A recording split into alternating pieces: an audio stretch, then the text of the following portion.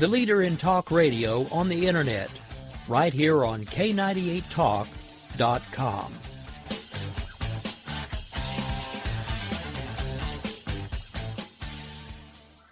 Is debt beating you down? You need discipline. You need the Debt Ninja. If you've been caught in a financial trap and need to be set free, then you need the Debt Ninja. Want to stop those harassing collection calls? Start saving thousands in interest and fees and get out of debt fast? Then you need to call the Debt Ninja.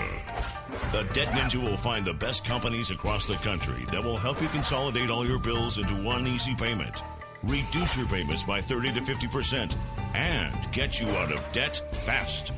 If you have unsecured debt of $10,000 or more, such as credit cards, loans, or medical bills, call the Debt Ninja for a free 15-minute consultation. Call 800-826-1246.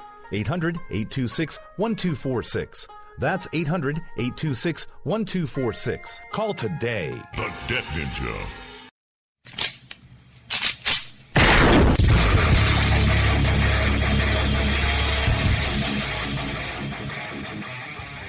This is Slickery Trigger for Rebel Road Tactical. With proper care and feeding, your pistol will be ready when you need it. There to save your life. Shouldn't your gear be that good? Whether you need a holster for comfortable everyday carry or a tough-as-nails holster for your next training course, Rebel Road Tactical has what you need. Check us out on the web at rebelroadtactical.com.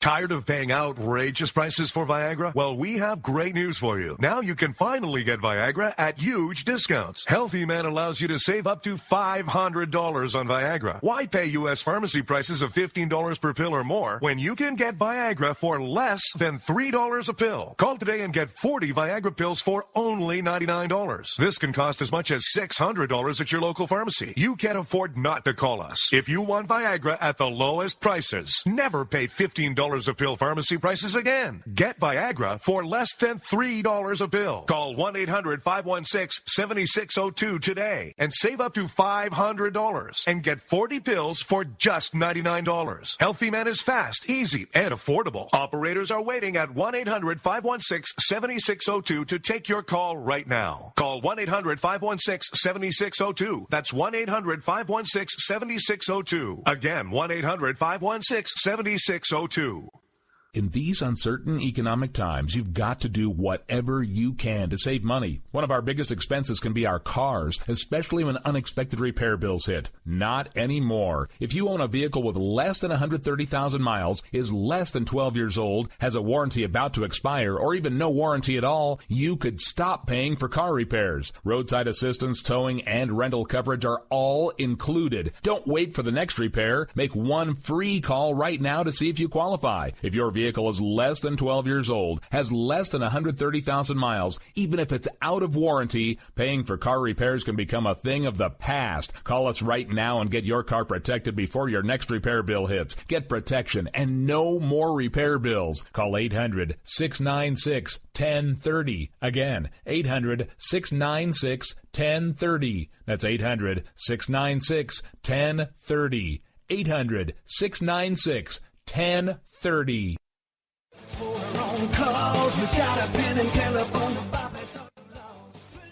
All right, folks, this is Rick Robinson with you. I want to tell you about some friends of mine from a company called Security Enforcement Specialists. When I ran my security agency for 12 years, I worked with one of these partners on a daily basis. He's been involved in this agency now, and with his other partner, they do have over 30 years of experience in the private security industry. If you own a business and you need someone to keep you or your customers or residents safe, then I highly recommend contacting Security Enforcement Specialists today. Give them a call at 405-703-1796. Again, that's 405-703-1796. Again, tell them Rick from K98 Talk sent you. Like I said, if you need the help, they are here for you. So make sure that you go look them up, check them out, and see what they can do. Wrong way. Welcome to the place. Individuals and businesses with tax problems, listen carefully. Do you feel like you're losing control over your finances? If you owe over $10,000 in back taxes or have unfiled tax returns, we can help you take back control. The IRS is the largest and most aggressive collection agency in the world, and they can seize your bank account, garnish your paycheck, close your business, and file criminal charges. Take control of your tax problems now by calling the experts at Tax Mediation Services and take advantage of the Fresh Start program and new laws that may allow us to negotiate a settlement for the lowest amount possible. Our team of tax attorneys and enrolled agents can stop collections and get you protected so you can take control of your financial future. Tax Mediation Services is accredited by the Better Business Bureau. Call now for a free case review and a price protection guaranteed quote. Call Tax Mediation Services now at 800-610-9050. That's 800-610-9050. 800-610-9050. The Internet will never be the same. You're listening to K98Talk.com. Wow! Good God, y'all! What is it good for? Absolutely! Let's get And so, my fellow Americans, ask not what your country can do for you. Ask what you can do for your country. Freedom is never more than one generation away from extinction. We didn't pass it on to our children in the bloodstream. The only way they can inherit the freedom we have known is if we fight for it, protect it, defend it, and then hand it to them with the well-taught lessons of how they in their lifetime must do the same. I'm not ready to end the fight. I'm not ready to back down. 'Cause I've been through hell and I don't have time to go round and round and round. It's too late to turn back now. You know I wouldn't if I could. 'Cause I'm proud as hell, I can't bring myself to do what it is you think I should. Well, good evening, folks. It's Tuesday, June 21st, 2016, just a few minutes past the hour of 10. And this is the Jen and Rick Show. I'm one half of the crew, Rick. She's the other half, Jen, who's been on a bit of a break. So we did wind up doing a replay last week, no matter how hard I tried, because he had to get another car blow up on me. But that's a story for another day. Guess maybe I need to quit having such a lead foot. No, actually, it was something I thought was going to be simple, but we're still trying to fix it because now we're troubleshooting and fixing as we go. So fun times. But anyways, ladies and gentlemen, we have a lot to talk about this evening, and I do want to welcome my co-host on this evening. So good evening, Miss Jen. How are you? Hello, I'm doing well. It's good to be back. Good to have you back, because Thursday was terrible, and it wasn't just because you weren't here. Not a banner day for Rick, huh? Oh, yeah. No, it was bad all the way around. I mean, I had JD and Stacy blowing up my phone going, hey, JD's stuck at work and got something to do. Can you produce? Because Joseph's coming on. He's going to be getting up at like 4 o'clock Israel time. And I'm like, dude, I am like... right. I am like... I forgot that was the same day. Oh, I'm like seriously broke down in the middle of nowhere. I'm like, I couldn't produce right now if I wanted to. And then didn't Jess end up doing it? She came through? Yeah. Jess always comes through. Jess is a trooper. She's great. Well, all that's right. funny. Well, I was in the middle of I was just starting I was in the second day of my little vacation to visit my crazy liberal sister-in-law. So that was fun. But I was probably drinking at the time that you were breaking down. So I think I probably win. I think I probably had a better day.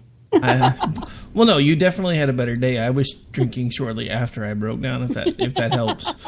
Because, yeah, it was just one of those days all the way around. I mean, it was terrible because it was just... I mean, I've been using the brother-in-law's car because ever since we went to CPAC, I came back and I've told everybody about that little crazy story. So anyway, so his car has had a little bit of a slow leak with antifreeze. Well, we've been slowly trying to figure it out.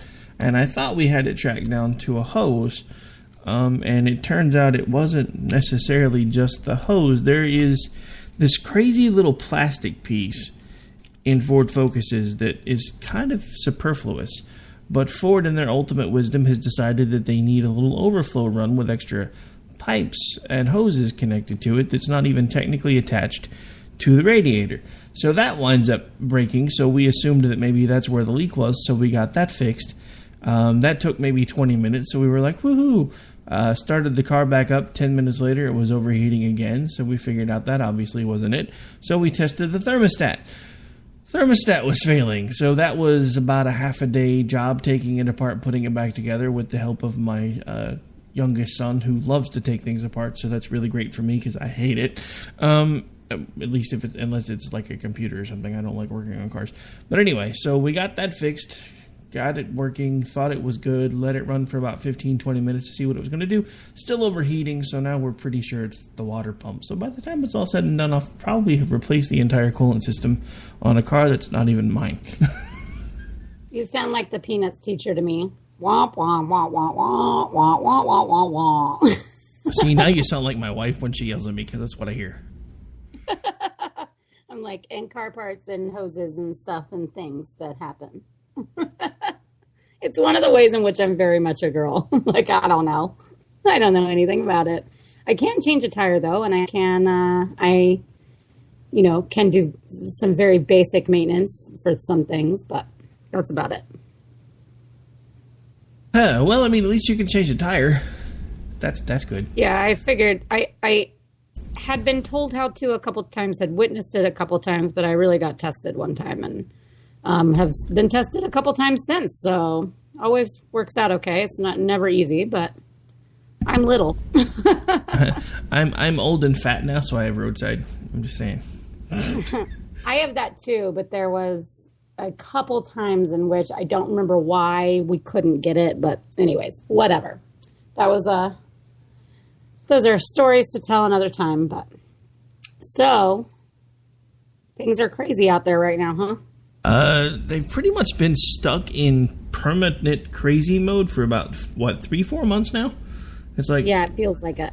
Anytime you and I get together and start talking about show prep, we're like, what's the point? It's writing itself. Yep. Because it just really is that simple. You can basically grab a dart, throw it somewhere, and you have like an hour's worth of material to talk about. It's just crazy. You had mentioned something that I actually hadn't heard. So if I heard you or read one of your texts correctly, apparently we have lost track of the Orlando shooter's wife. Is that correct? Yes. So basically this came out at the end of last week. There were people saying this, but it was all on like little blog wires and like things like that. And, admittedly really far right, like Tea Party type sites, super pro Trump sites, things like that were like, oh, and they don't even know where she is. And they heard one thing over the police radio or something where they were led to believe this. And then I guess it's kind of been building with people sort of investigating and searching. And today Lynch was asked directly, and she said, and I quote, "Right now, I do not know exactly the answer to that. I believe she was going to travel, but I do not know exactly her location now." Why on earth would they have said, yeah, it's cool, go ahead and travel? I mean, you know what? Yeah, who hasn't watched Dragnet? Don't leave town. What in the world is going on here? This is absurd. I knew she was going to travel. No, what I think the case is here is that they did not know. She slipped out from under their grasp, and they didn't think that she was a threat because I think they kind of played her for a dummy. And yeah, she had I think there was an escape plan. I think she had a ready thing to do. If not, maybe I'm being a little too tinfoil here, but this is very, very strange for the largest mass shooting and the largest terrorist attack on our soil since 9/11, that within days of the shooting, and a wife who admittedly knew that he had some sort of, terroristic type plans, had driven him to scout locations, went back and forth on whether she did or did not know what exactly was going on, but certainly knew that he had these radical tendencies and had talked about possibly doing something like this. And then we come to find out that was texting during the shooting, asking if she'd seen the news. No, this is absolutely a complete and utter screw up by the FBI, by the DOJ, letting her go. And I think they're trying to cover their butts. No, I think so too. I mean, no matter what you think of this whole incident, the weirdest thing that's always kind of stuck in my head is the fact that she drove him to scout at least one of the places that he was considering hitting. So I know in my heart that she knew more about this than she's letting on. I also think that they should have never even remotely thought about loosening up the grasp enough to let her escape, if that's actually what she did, and I'm a firm believer that she did. I don't understand all of it. I mean, at this point, it just seems like we're watching. I mean, it's like the Keystone Cops are currently running our anti-terrorism units. I mean, look at it. Look at the numbers. Under President Obama, there has been a terrorist attack of some sort every year since he's been in office.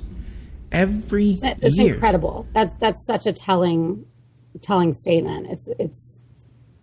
I can't even wrap my brain around it, and especially in the way in which that he has continued to try to deflect blame onto conservatives, gun owners, Christians, the NRA, anybody that he views as an enemy of his, a political enemy of his on the right. He is trying to purposely deflect and put all of these incidences on instead of laying it squarely on the shoulders of the people that are actually responsible, the homicidal psychos. I mean, and their radicalization. I really don't get it. I mean, that's like when right after the incident happened and Trump came out and said some of the crazy things that he said, which I will admit, some of that is crazy because he's walked it back, pushed it back out that he wants Muslim ban. Now he's walked it back. Now he wants it again because of the shooting. And that's what made Obama angry. Not the fact that 49 Americans were killed. Not the fact that 49 people were gunned down in cold blood. Not the fact that this person was on a 911 call telling people that he was doing this for the sake of Allah. And they even omitted that part of it from the original story when they first released the tapes. They omitted any reference to ISIS, Islam, and Allah. This is actually insane. This is not just like misguided or being tentative about something because they need some confirmation. This is actually insane of them to do. And by the way, they thought they were going to get away with it. They thought no one would know or that this would come out. And apparently, if you listen to people that have worked in this administration for the last 7 years, this has been par for the course. Like, this is par for the course. They have been told to do this. They have been scrubbing transcripts and records for years now. So imagine when the next person gets into office, and I don't really care who it is and whether it's a Democrat or a Republican, imagine the kind of job that they have to tackle by reading through these things and their intelligence committees and everything else, having to go through these documents and these files where so much has been omitted. I mean, they're not seeing the full picture. How could they possibly run the country or defend us adequately? It's insane. Exactly. I mean, go all the way back to the Benghazi incident. That was the first major incidence of them basically just doing a complete steerage, where it didn't have anything to do where don't pay any attention to the reason why the ambassador was there in the first place. Don't worry about the 4 people that died. This is all because some idiot made a video that made Islam look stupid. And it's just so telling because once they figured out that worked, because it did, whether anybody wants to admit it or not, because the media ran with it. The media didn't call them on it. The media didn't look at them and say, look, dude, I have a 5-year-old that could have made a better video than this. There is no way that is what sparked this incident. They ran with it. So once they saw that happen and they saw it work, they've done it again and again and again and again, and they've done it publicly. They've done it privately. It's going to take decades to actually unravel the intelligence mess and the overall damage that this administration has done to our intelligence. In the name of political correctness and to protect, certain classes of people. Exactly. It's something that's very hard for me to really, really understand. I mean, this is like trying to run a marathon while someone shot you in both feet.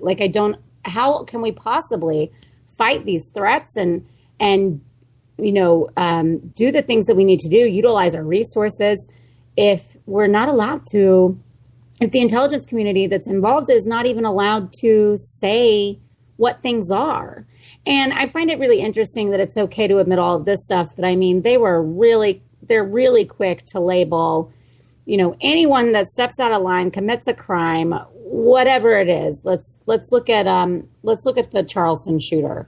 I mean, they had no qualms about being like white, male, and going really hardcore after all of these certain, characteristics that describe him, that didn't hurt their feelings at all. But suddenly when it's, a Muslim who commits an act of, Islamic terrorism, then it has to be hush hush. We can't let the people know. It's like they're trying to will this problem away.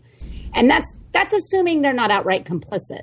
I'm saying if they're not, let's benefit of the doubt for everything that they still want to protect America, but they just don't really understand it because their liberal ideologies do not allow them to, because they're so emotion-based and so utopia-based. They really think they can hug all these problems away, talk all these problems away, say the right words, do all of these diplomatic things, and somehow they'll end up liking us and leave us alone. And it's just a complete misunderstanding of it all. It's actually endangering us. It's put us in a worse position in the war on terror than we could have ever imagined being 8 years after Bush left office. I mean, whoever in their right mind would look at what's happened over the last 7 years and think this is where we were going to be? I mean, look, I have never really bought into the Democrats hate us and want to destroy the country thing, because I honestly, up until now, haven't believed that. But when you look at what this president has done, I'm sorry, there's no other way that I can say this, but there seems to be no other motivation behind it than doing exactly what he said he wanted to do, which is fundamentally transform America and bring us down to the level of the world around us. Because every other administration before this one has done everything they can to build up the world around us, and that hasn't worked. So I think he's been one of the first ones that's honestly looked at it and said, well, it's going to be easier to tear America down than it is to build the rest of it up.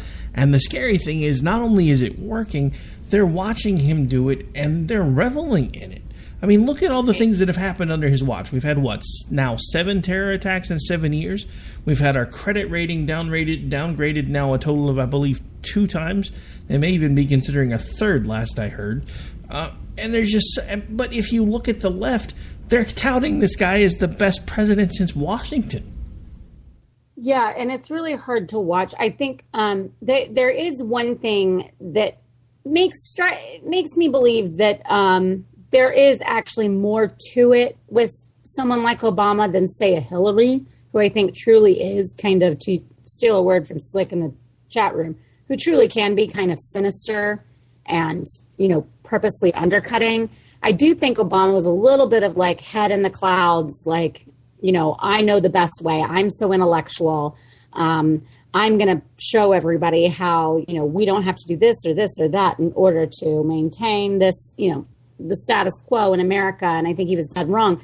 And one of the ways in which and one of the reasons why I say that I actually do kind of believe that that's where this all started is because when he came into office, he had made campaign promise after campaign promise after campaign promise about bringing troops home, about pulling out of Afghanistan, about pulling out of Iraq, and that we did start to pull back.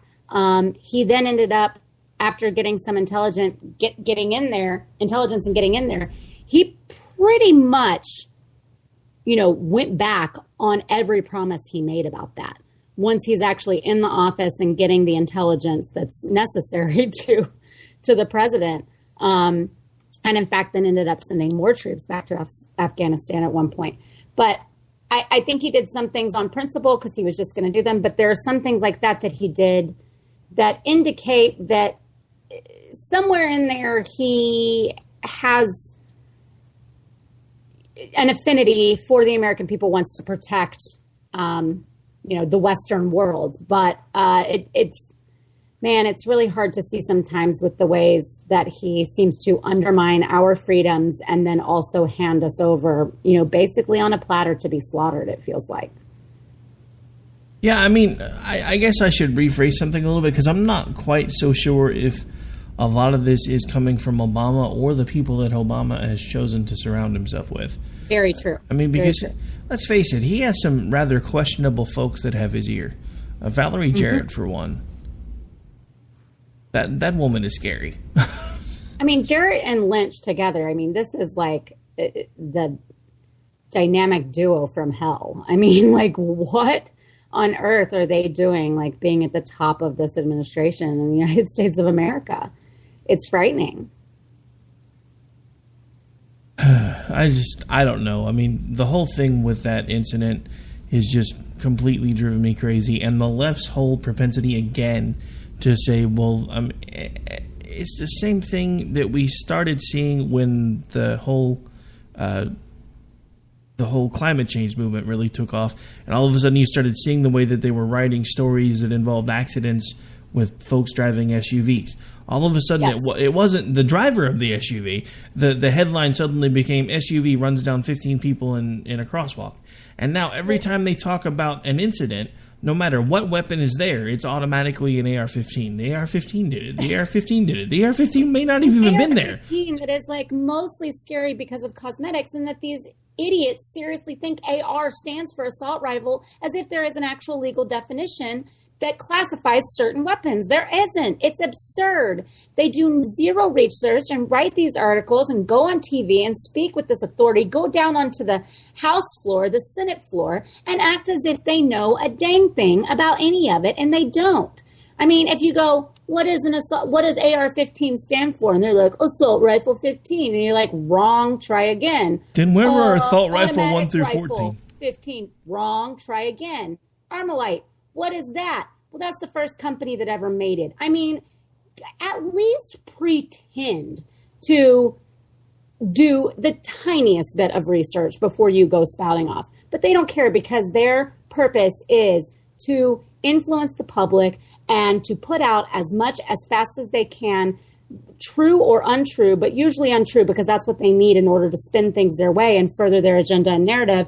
And if they keep saying it, if they keep hitting it, if they keep slamming it, we don't have a time to respond. We don't have enough media coverage to adequately make them correct themselves. And it's one of those things that if you repeat it enough, it must be true, and that's what happens. And then it never goes back. People still think AR-15s were used in both shootings here and then in Sandy Hook. They have no idea. They have absolutely no idea. And they think it purposely, and the administration has purposely disseminated, false information, knowing that it would be basically just gobbled up. And they honestly even still think that an AR-15 was used in the Orlando shooting, even though it was actually a 6-hour weapon, because a lot of the stories, even after they admitted that it wasn't an AR-15, were still using phrasing like an AR-15 style weapon.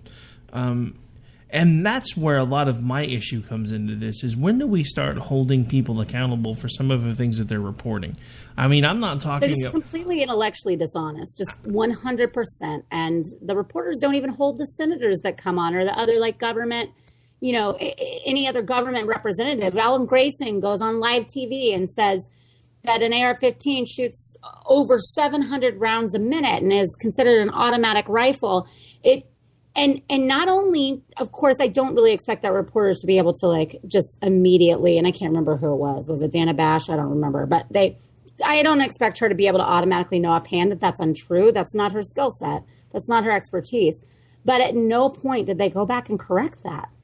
Well, somebody on the staff should have known that. They've got earpieces that are tied directly to producers. They should have at the very least been Googling it, looking it up immediately, and then feeding back in and saying, well, actually, Senator, blah, blah, blah, blah, blah. No, but they don't care to, because it helps them, and it gets control on their side, particularly gun control, their little pet project, which I do have a few things when we're talking about how they omit. How are we on time? Actually, we've got about a minute until we got to take a break, but we can actually, when we come back from the break, open with the omission, and then we can revel in the fact that Donald Trump broke another promise on the way out to the end of the show. All right, so let's go ahead and take the break now and get it out of the way. When we come back, we will actually talk about the Democratic propensity for omission, deletions, etc. And then, of course, we'll talk about the fact that Donald Trump, who said he was loyal and would never fire Mr. Lewandowski, has done just that, and maybe talk about why to boot. But we'll be right back here in just a couple minutes. Got to pay some bills. Don't have time to go round and round and round. It's too late to turn back now. I wouldn't if I could, 'cause I'm proud as hell. I can't bring myself to do what it is you think I should. You can to save money. One of our biggest expenses can be our cars, especially when unexpected repair bills hit. Not anymore. If you own a vehicle with less than 130,000 miles, is less than 12 years old, has a warranty about to expire, or even no warranty at all, you could stop paying for car repairs. Roadside assistance, towing, and rental coverage are all included. Don't wait for the next repair. Make one free call right now to see if you qualify. If your vehicle is less than 12 years old, has less than 130,000 miles, even if it's out of warranty, paying for car repairs can become a thing of the past. Call us right now and get your car protected before your next repair bill hits. Get protection and no more repair bills. Call 800-696-1030. Again, 800-696-1030. That's 800-696-1030. 800-696-1030.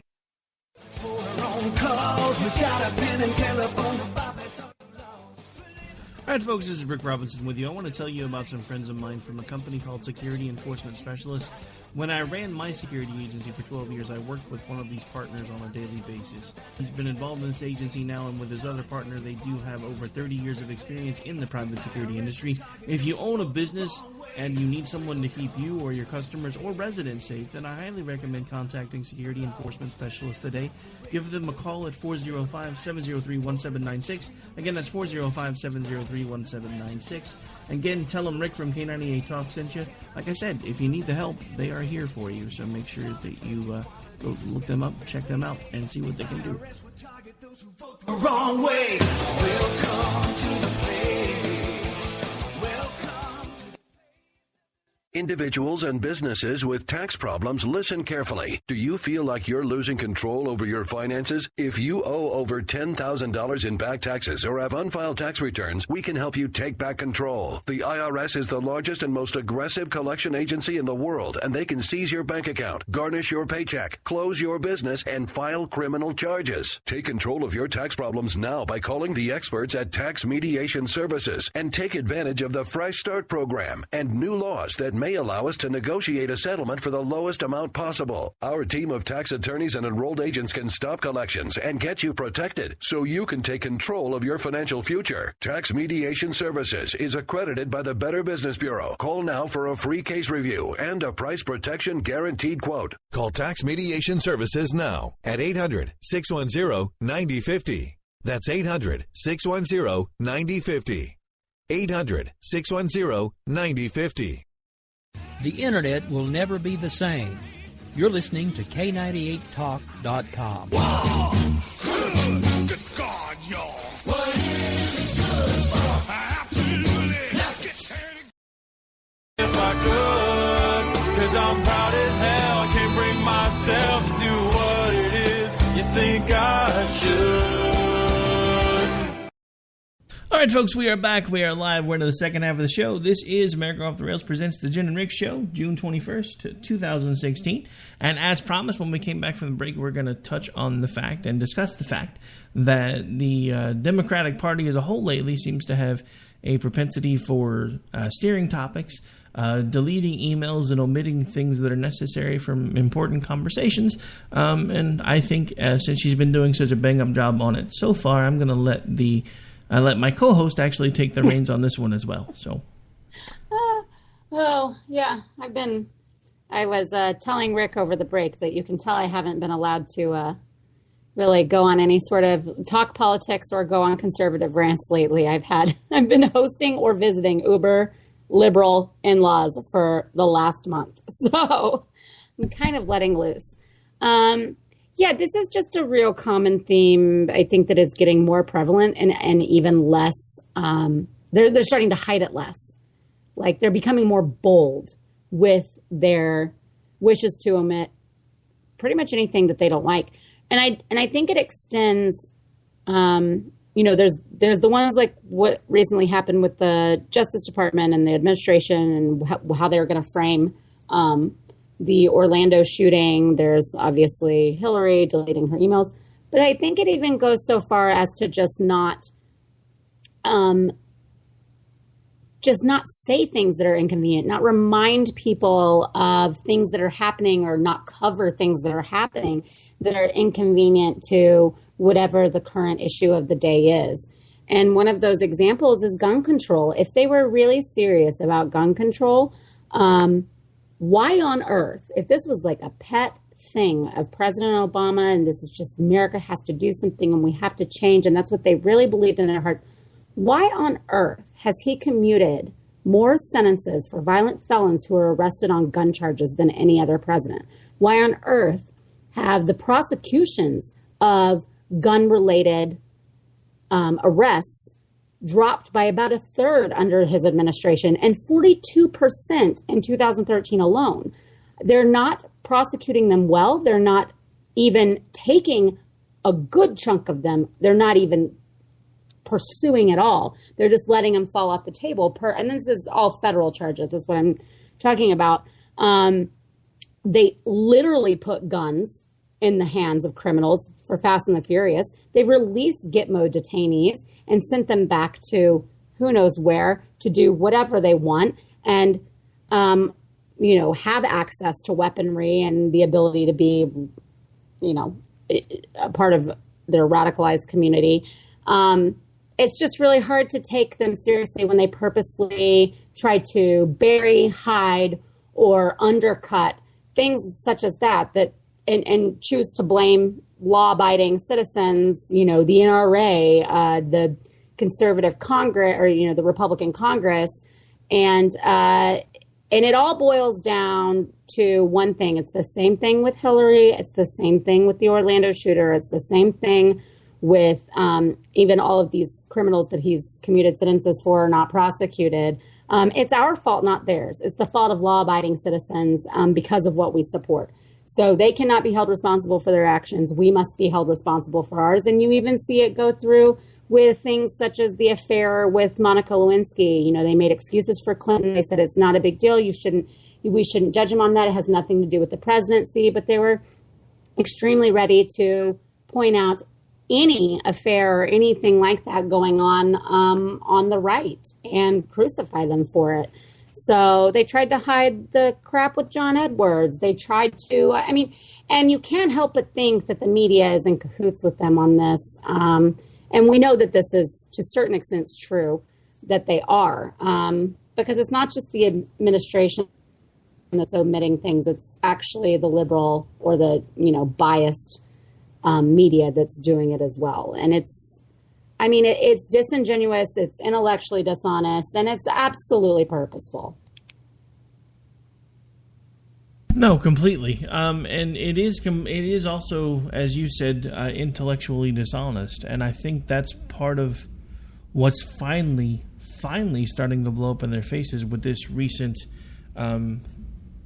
omission and deletion from the 911 call from the Orlando shooting, because I think they honestly thought they were just going to be able to remove any portion of that they wanted to, and that nobody was going to call them on it.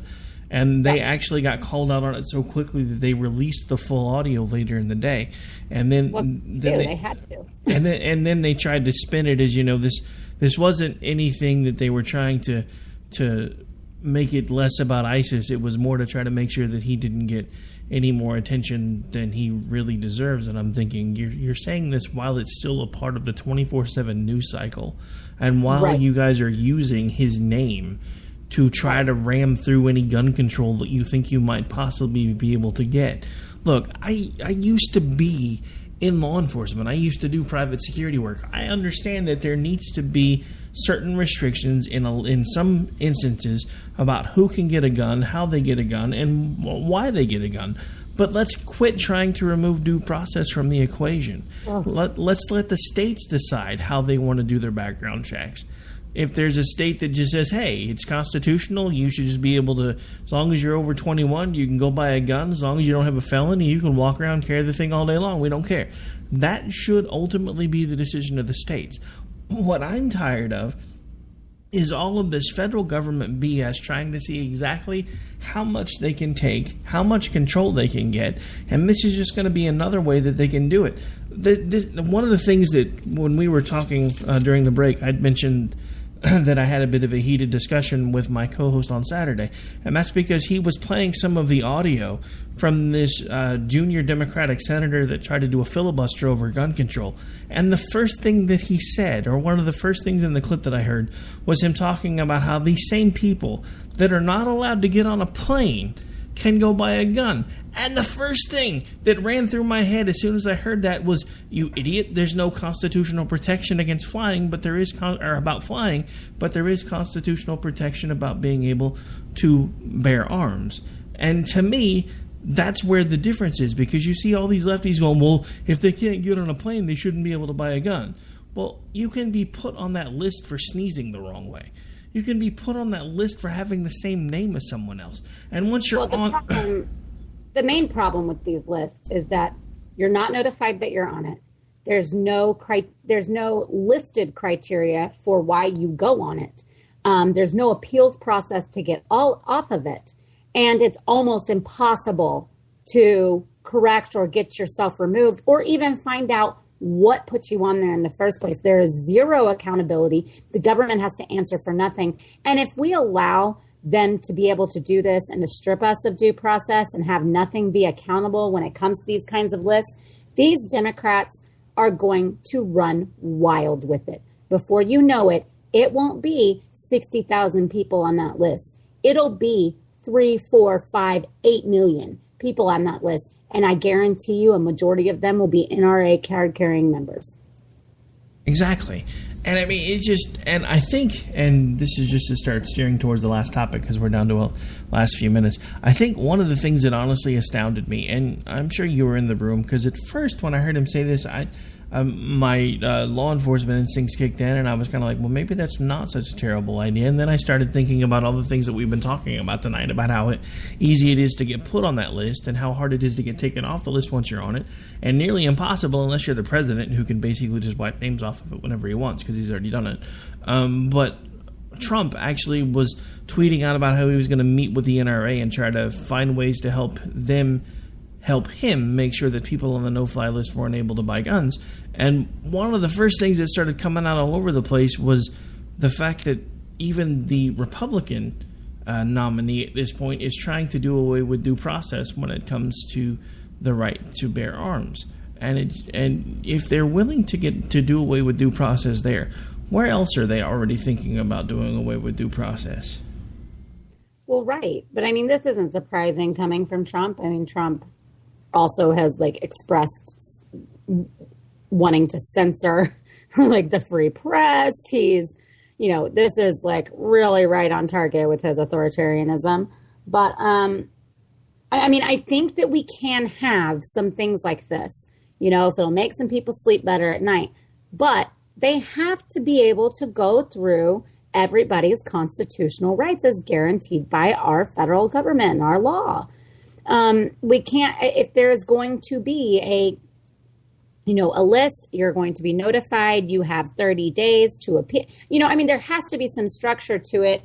But yet it still needs to go through the proper avenues. They can't just decide it. They can't just say this is going to happen. And that's basically what's happened with the terror list, the no-fly list, all of that is they've just kind of undercover done this stuff. And I know all of us are really hardcore conservative and say, no, well, any of it is a limit on our freedoms and a limit on the Constitution. But, in practical, if you're just thinking about it in a rational, practical manner, leaving the politics aside, if they're going to do this, then they need to go about it legally.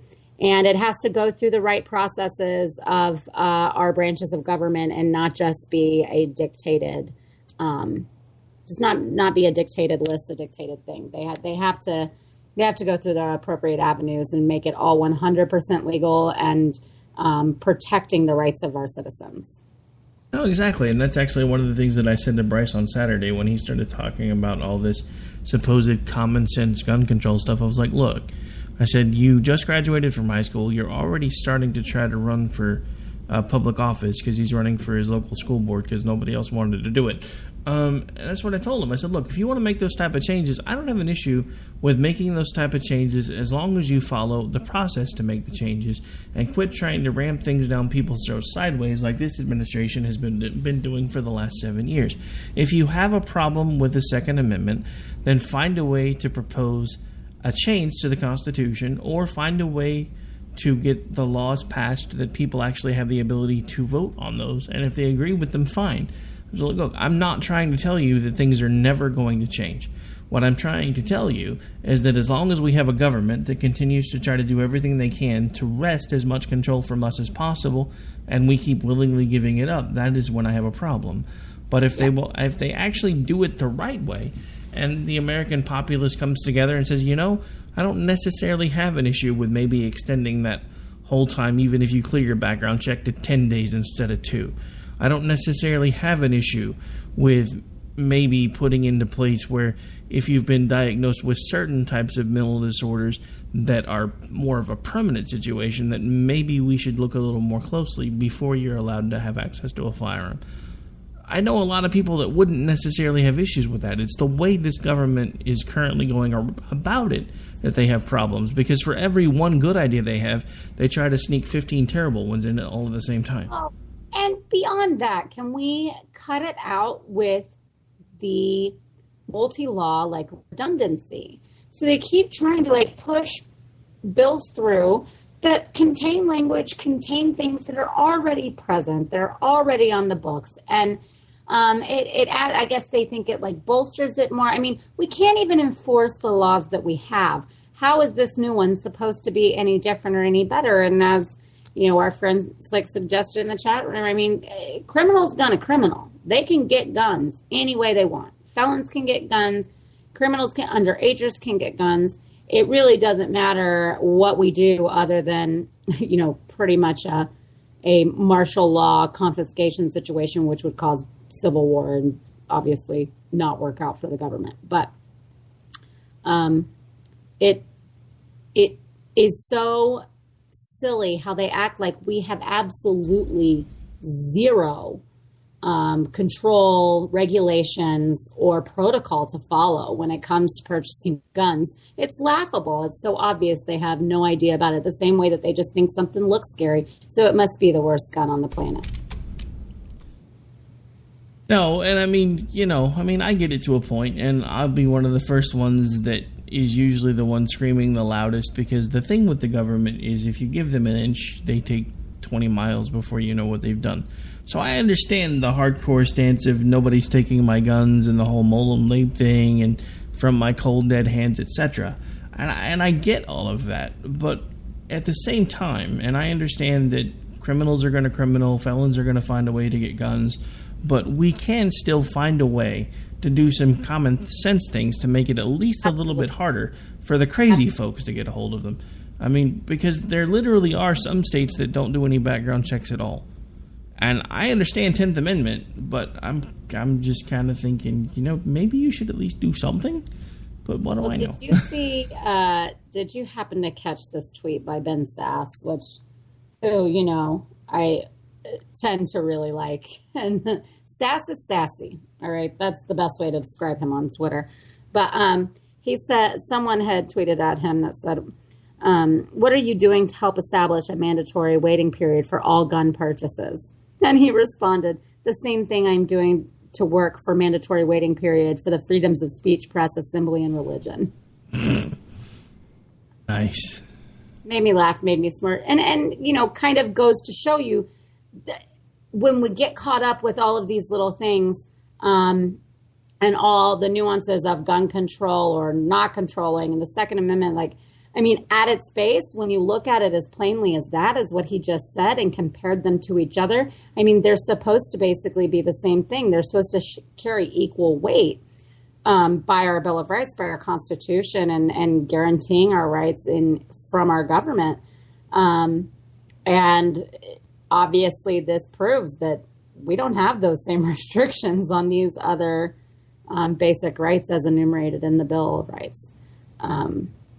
But like you said, there are things that can be done that can help with the situation. I just don't think that banning certain models of guns or stripping rights for sure, or putting people on no-fly lists is going to do it. Yeah, it's just not. We already have a no-fly list. We definitely don't need a no-buy list. All right, so for the last topic of the show, we, as promised, are going to unfortunately talk about he who I usually don't like to name lately, but he's managed to do it again.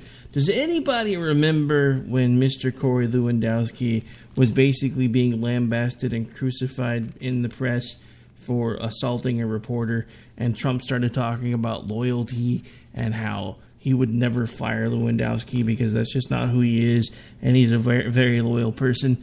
Apparently Ivanka Trump didn't get the memo because she basically told Dad that either he goes or I go.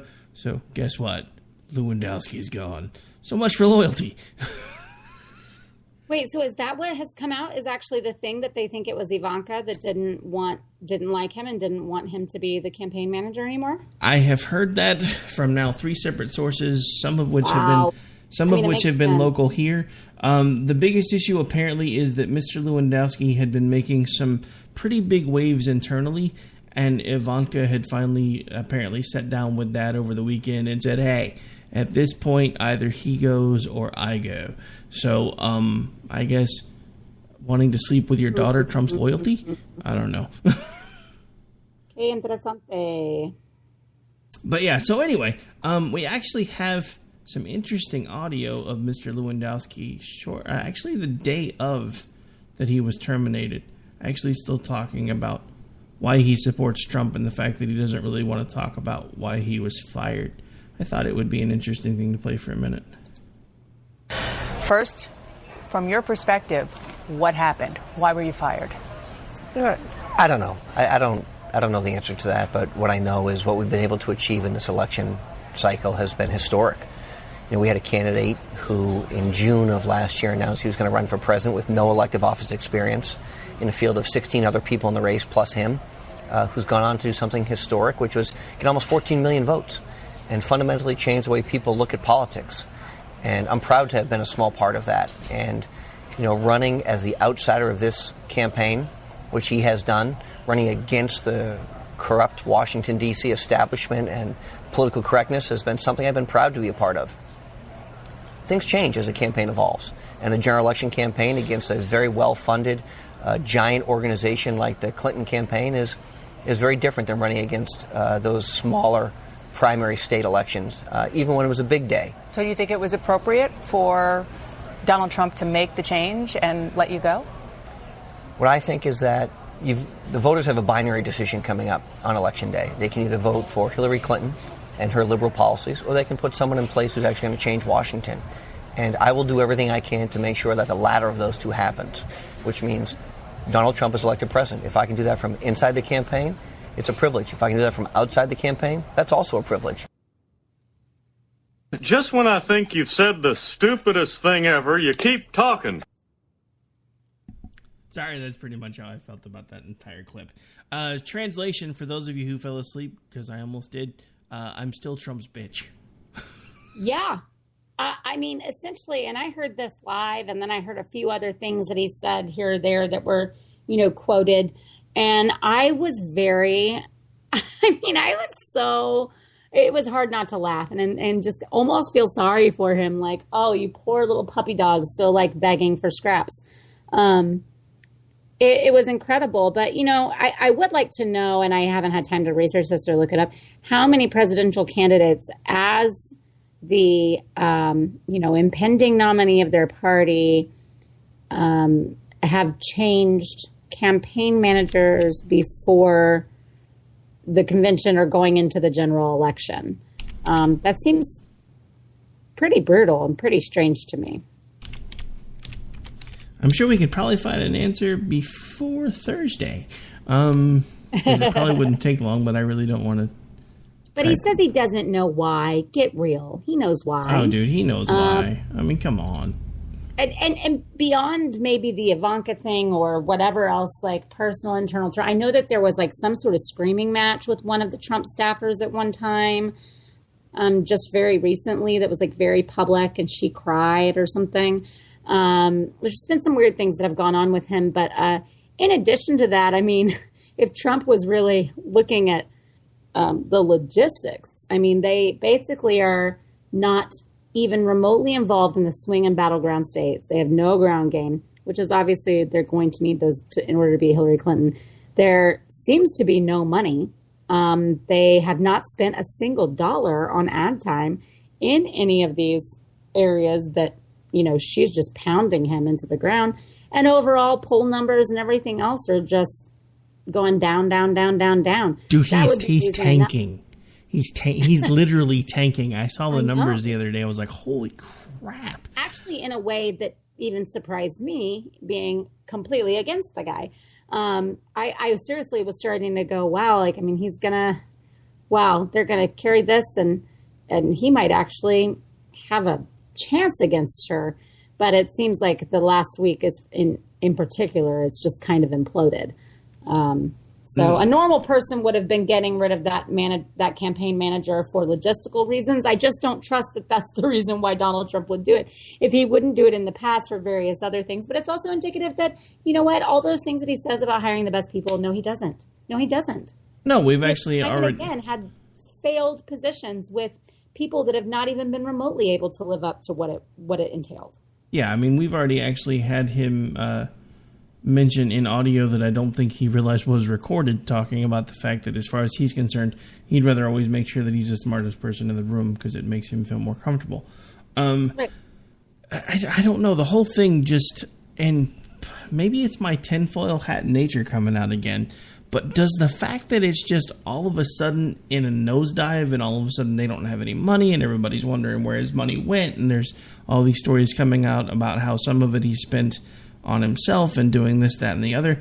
Is it me, or does it seem like maybe... Does anybody remember when he first started running and everybody said this was just a way to split the vote and make sure that Hillary got the White House no matter what?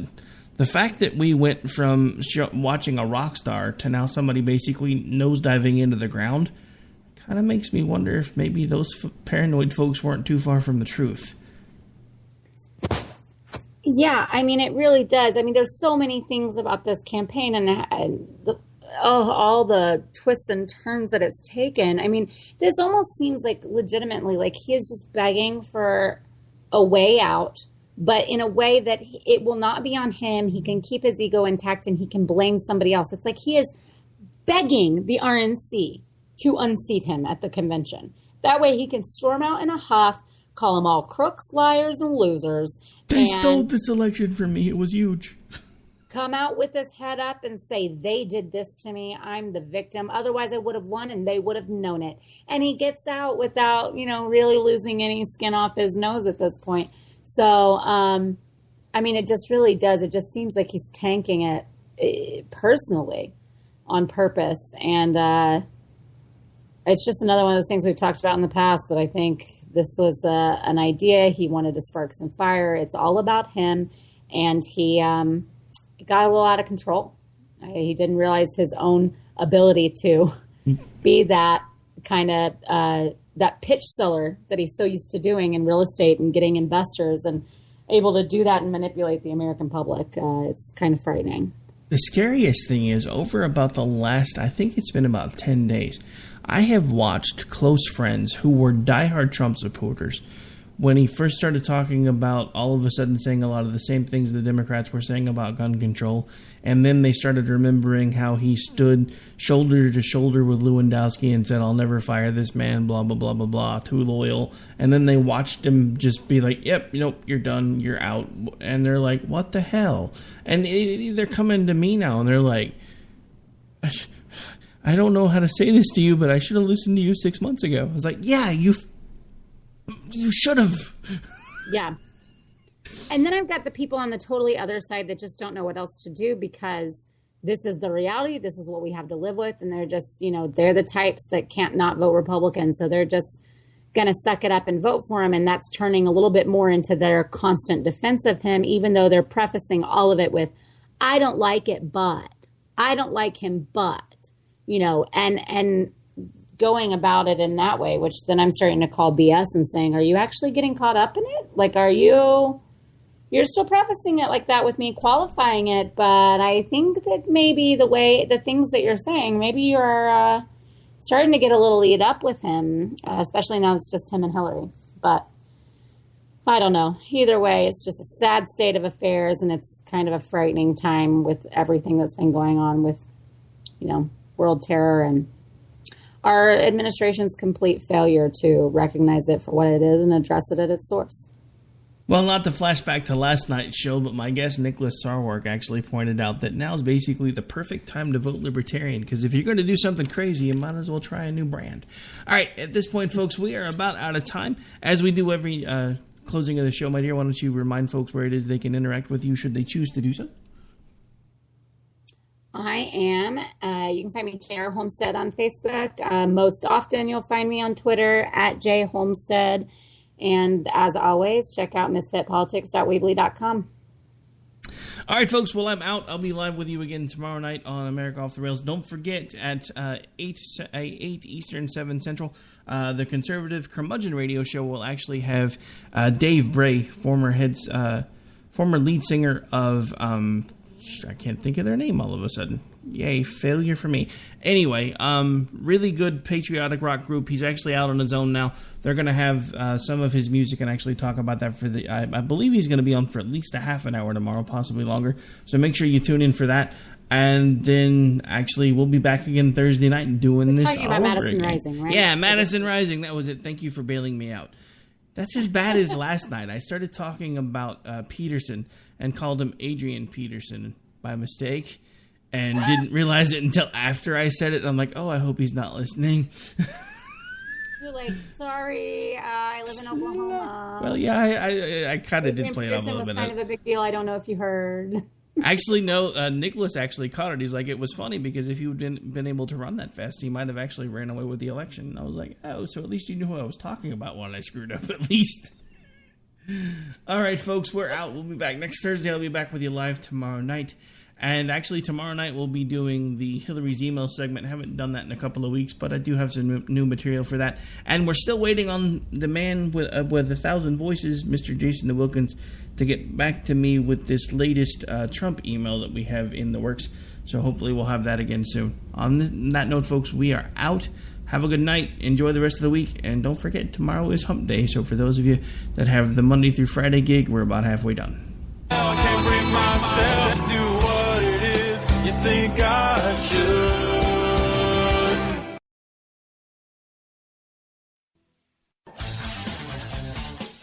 The leader in talk radio on the internet, right here on K98Talk.com.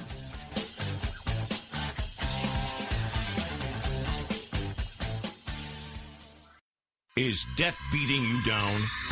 You need discipline. You need the Debt Ninja.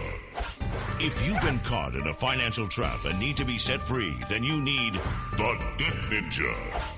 Want to stop those harassing collection calls, start saving thousands in interest and fees, and get out of debt fast? Then you need to call the Debt Ninja. The Debt Ninja will find the best companies across the country that will help you consolidate all your bills into one easy payment, reduce your payments by 30 to 50%, and get you out of debt fast. If you have unsecured debt of $10,000 or more, such as credit cards, loans, or medical bills, call the Debt Ninja for a free 15-minute consultation. Call 800-82